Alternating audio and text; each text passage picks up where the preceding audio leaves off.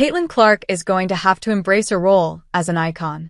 As her fame explodes, Clark has become an icon in sports and culture while still wanting to be herself, just a baller. Earlier this month, Caitlin Clark was up late doing what any normal hoops head would do on a Tuesday night. She was watching basketball.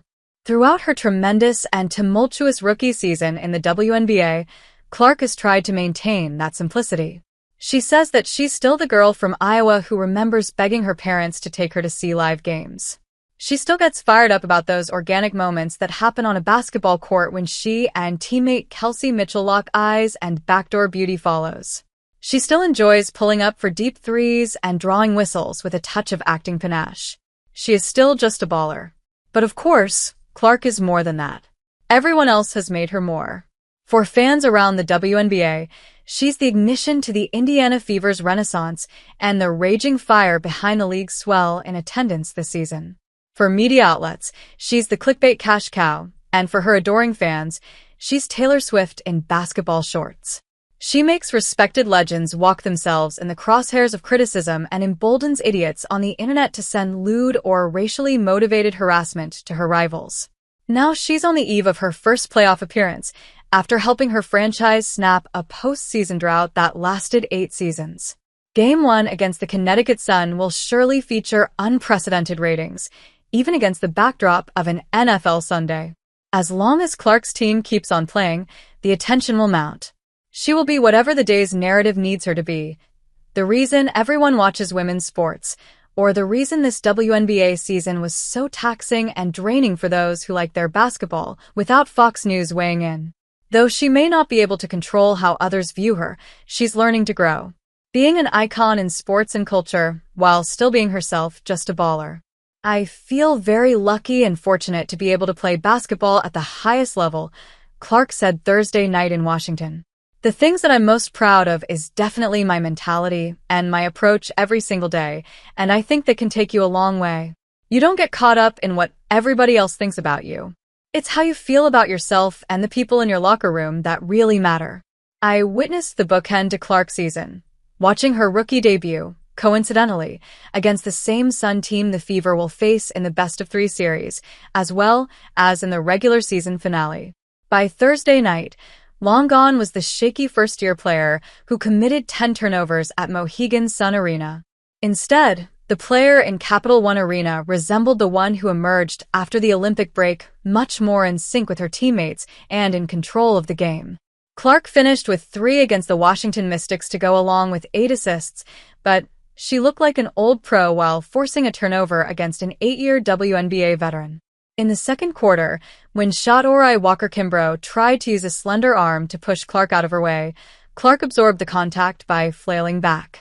Then, to really sell it, Clark threw an extra and unnecessary flinch. Savvy move, Clark forced the official to call the offensive foul. However, the stretch between her debut and finale, that's when the evolution happened. Like all growth, it came uncomfortably.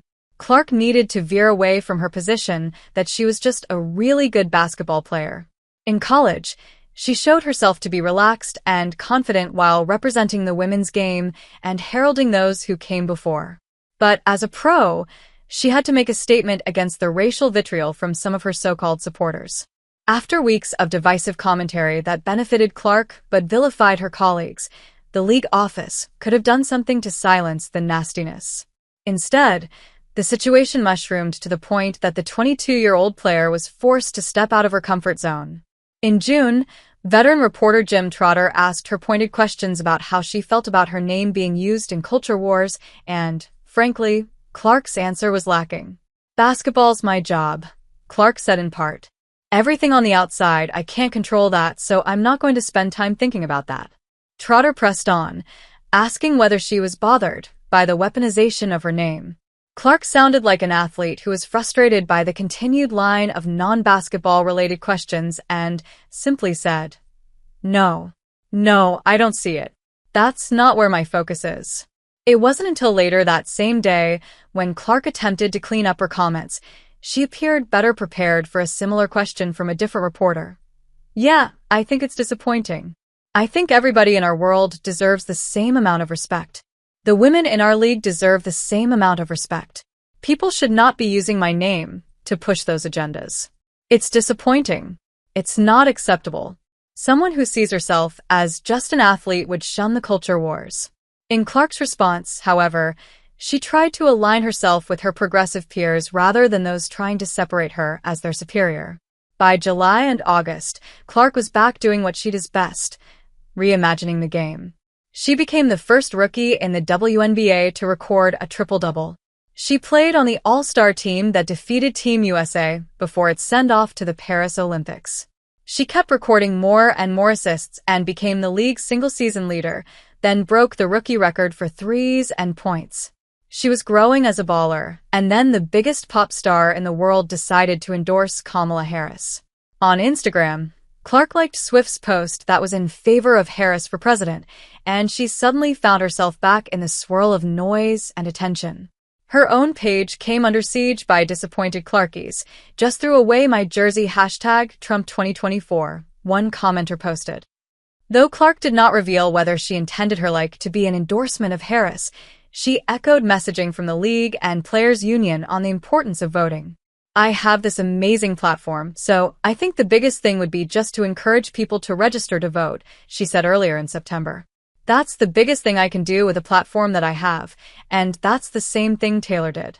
This same month, when she didn't have to answer questions from a dais before games or scroll through the cesspool that became her comment section, she was content at home, just being someone who enjoys late-night basketball on television. She had rooting interest in the matchups between the Chicago Sky and two-time reigning champion Las Vegas Aces and the Atlanta Dream and Phoenix Mercury. With the Sky and Dream falling, her fever clinched a playoff spot. "I remember the game, and honestly, I didn't have much of a reaction," Clark recalled. "Came to work the next day, and everybody was definitely happy, but we still had this whole month still to play." Even as her fame explodes, Clark tries to stay as normal as possible. She says she still shops for her own groceries.